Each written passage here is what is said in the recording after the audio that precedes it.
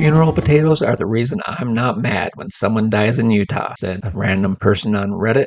Another quote: I thought funeral potatoes was a weird name until I took a bite and immediately understood why people are willing to die for these. And finally, funeral potatoes are proof that God loves us and wants us to be happy.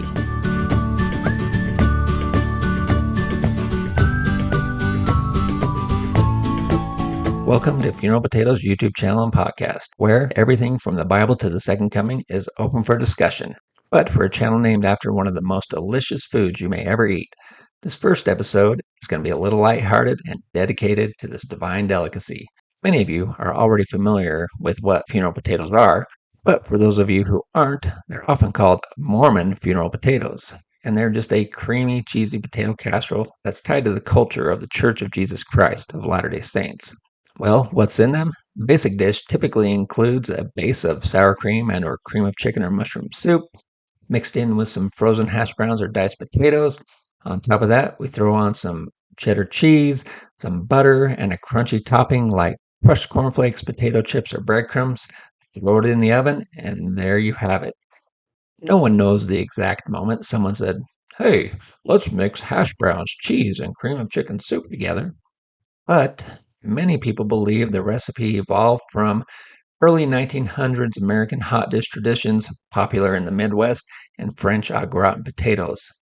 And although funeral potato dishes date back to the early 1900s, we know for sure in the 1920s and 30s, recipes for cheesy potato casseroles started popping up in Relief Society cookbooks. Now, if you don't know what the Relief Society is, this is a women's organization within the Church of Jesus Christ of Latter-day Saints, founded in 1942, known for spiritually uplifting women, providing compassionate service, strengthening families and communities, and many other things. But one of the many acts of compassionate service that they do is to provide a meal to bereaving families after a funeral.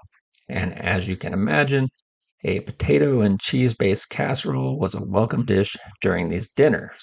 The name funeral potatoes solidified in the 1950s when frozen hash browns and canned cream soups became widely available. Now, let's sprinkle in some fun facts about this awesome potato casserole.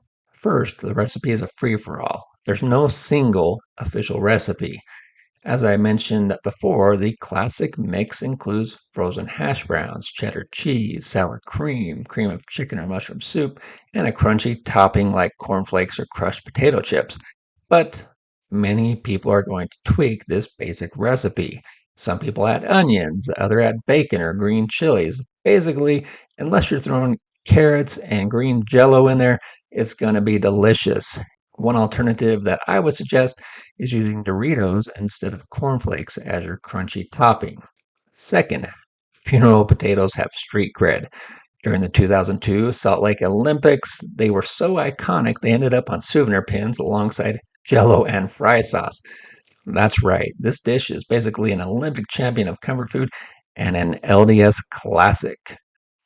Third, it's not just for funerals. Despite the name, you'll find funeral potatoes at Easter, Christmas, ward potlucks, weddings, even Sunday dinner, and many other places, honestly.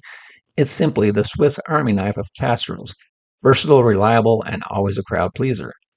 Finally, it's a social media star. Search funeral potatoes on X and you'll see thousands of posts, from home cooks sharing their grandma's recipe to memes joking about Utah's obsession. Heck, you might even be able to join a fan club. So, how many funeral potato dishes have been made? Well, obviously, there's no way to know the exact number, as people probably don't keep track. But that number is going to be pretty large. You look at the growth of the LDS Church and the popularity of funeral potatoes. We have over 70 years of consumption, with millions of people consuming them annually.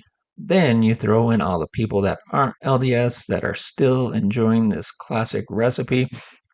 I would have to say a rough estimate is hundreds of millions of dishes of funeral potatoes.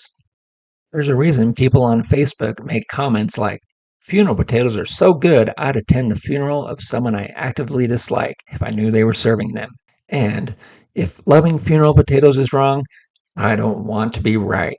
That's right, folks. If you've never tried this dish, you're missing out. Just get online, search funeral potatoes, find a recipe, and give it a try. I guarantee you won't be disappointed.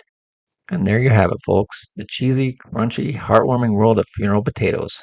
From its roots in LDS kitchens to its Olympic fame, this dish is proof that food can comfort and unite even the harshest critics.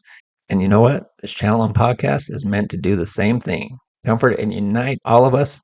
So whether you're at a funeral, a potluck, or just craving a cozy night in, Funeral Potatoes has your back. Thanks for joining me on this spectacular adventure. And if you don't mind, hit the subscribe button and give me a like. Until next time, keep the faith and pass the potatoes.